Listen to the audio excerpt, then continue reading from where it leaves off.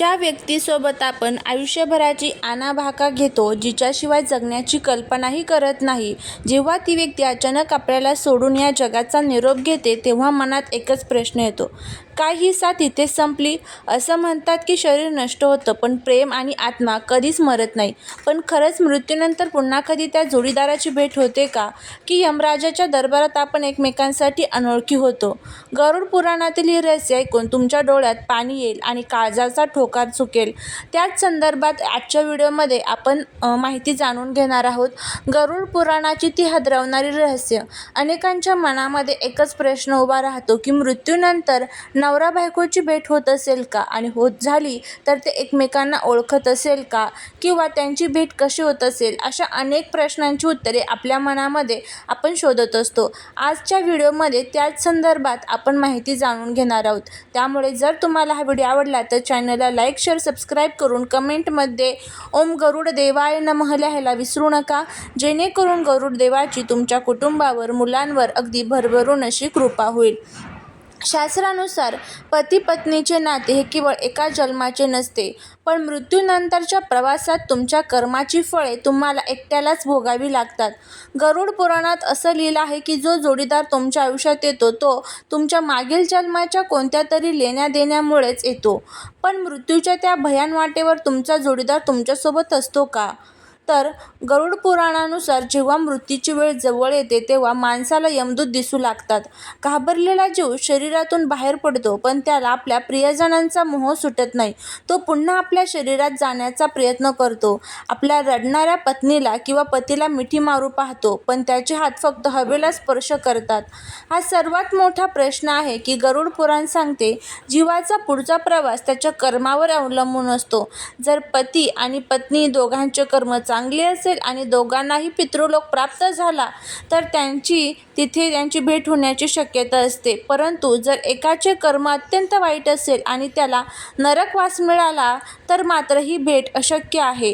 तिथे फक्त ओरडणे आणि पश्चाताप असतो.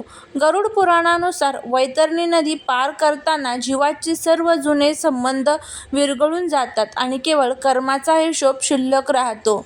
तुम्हाला माहीत आहे का, मृत्यूच्या पहिल्या 13 दिवसात तो आत्मा आपल्याच घरात असतो. आपल्या जोडीदाराला रडताना पाहून त्याला प्रचंड वेदना होतात, पण तो काहीही बोलू शकत नाही.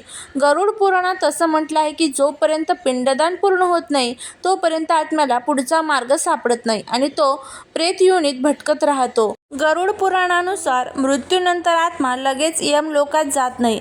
मृत्यूच्या क्षणापासून ते 13व्या दिवसापर्यंत आत्मा आपल्याच कुटुंबाच्या आसपास असतो.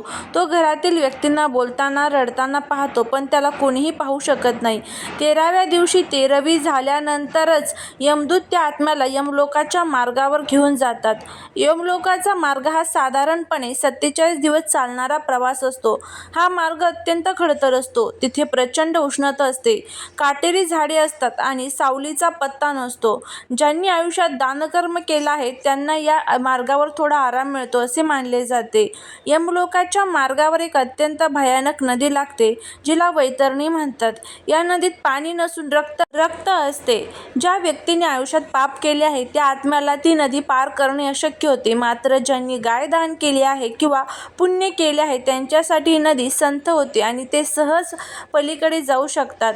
गरुड पुराणानुसार सांगितले आहे की जेव्हा आत्मा शरीरातून बाहेर पडतो तेव्हा तो अंगुष्ठ मात्र म्हणजेच मानवाच्या हाताच्या अंगठ्या एवढ्या आकाराचा असतो. यमदूत त्याला पाशाने बांधून घेऊन जातात आणि त्या प्रवासादरम्यान त्याला पुन्हा पुन्हा त्याच्या कर्माची आठवण दिली जाते.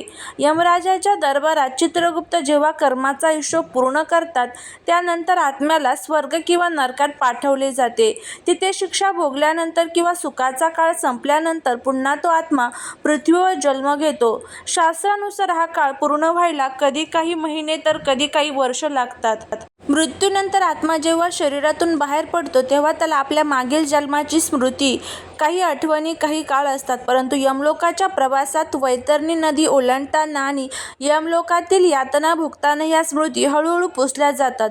जोपर्यंत आत्मा पितृलोकात असतो तोपर्यंत त्याला आपल्या प्रियजनांची ओळख असते. मृत्यूनंतरची भेट ही पूर्णपणे कर्मावर अवलंबून असते. समान पुण्य: जर पती आणि पत्नी दोघांनी आयुष्यात समान पुण्य केले असेल तर त्यांना एकाच लोकात म्हणजे स्वर्ग किंवा पितृलोकात स्थान मिळते. अशा वेळी त्यांची भेट होण्याची शक्यता असते. जर पतीचे कर्म चांगले आणि पत्नीचे कर्म वाईट असेल किंवा याउलट असेल तर दोघांचे मार्ग वेगळे होतात. एकाला स्वर्गाचे सुख तर दुसऱ्याला नरकाची शिक्षा भोगावी लागते. अशा परिस्थितीत त्यांची भेट होणे अशक्य असते. शास्त्रानुसार मृत्यूनंतर त्यांचे पिंडदान आणि अंत्यविधी शास्त्रोक्त पद्धतीने होतात. ते आत्मा पितृलोकात जातात. तेथे आपल्या पूर्वजांना आणि पूर्वी गेलेल्या जोडीदाराला भेटण्याची संधी मिळते. परंतु हा काळ मर्यादित असतो. जोपर्यंत तुमच्या पुण्याचा साठा शिल्लक आहे तोपर्यंत तुम्ही तिथे राहू शकतात. गरुड पुराणात एका महत्त्वाच्या रहस्याचा उल्लेख आहे, ते म्हणजे ऋणानुबंध. जर दोन व्यक्तींचे एकमेकांवर प्रेम खूप घट्ट असेल आणि त्यांचे काही देणे घेणे बाकी असेल तर पुढच्या जन्मात ते पुन्हा एकमेकांच्या आयुष्यात येतात. मात्र ते पुन्हा पती पत्नीच बनतील असे नाही. ते मित्र, नातेवाईक किंवा शत्रूच्या रूपातही भेटू शकतात. जर पतीचा मृत्यू आधी झाला आणि पत्नी जिवंत असेल तर तो आत्मा पत्नीच्या 13व्या दिवसापर्यंत तिच्या भोवतीच असतो. तिला रडताना पाहून आत्म्याला मोह होतो, पण तो यमदूत त्याला ओढून नेतात. गरुड पुराणानुसार जिवंत माणसाने जास्त शोक केला तर त्या आत्म्याला पुढचा प्रवास करणे कठीण जाते, कारण तो त्या मोहामुळे अडकून राहतो. नंतर माणसाचे शरीर उरत नाही, पण सूक्ष्म शरीर सोबत असते. गरुड पुराणानुसार प्रत्येक आत्म्याची एक विशिष्ट ऊर्जा किंवा स्पंदने असतात.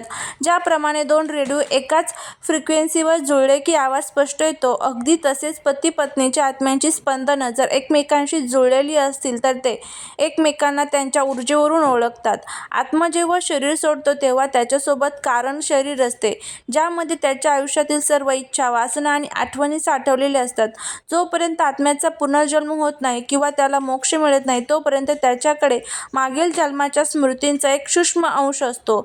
या स्मृतींच्या जोरावर दोन आत्मे एकमेकांना ओळखू शकतात. शास्त्रानुसार प्रेम हे केवळ शरीराचे नसते तर ते आत्म्याचे असते.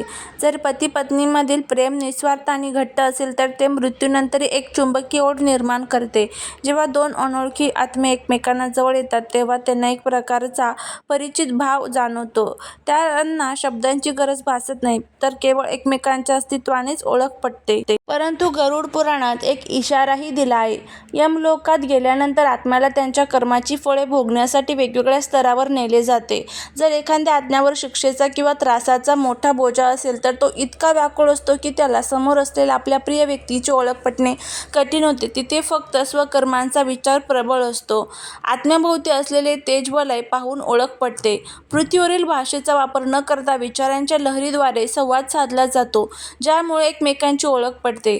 आत्म्यावर असलेले मागील जन्माचे संस्कार दोन जीवांना एकमेकांकडे आकर्षित करतात आणि त्यामुळे त्यांची ओळख पटते. शरीर डोळ्यांनी ओळखतं, पण आत्मा जाणीवीने ओळखतो. मृत्यूनंतर चेहरा उरत नाही, पण त्यांच्याशी जाणलेलं मन हे जुळतं. त्यांचं अस्तित्व ओळखायला डोळ्यांची गरज नसते.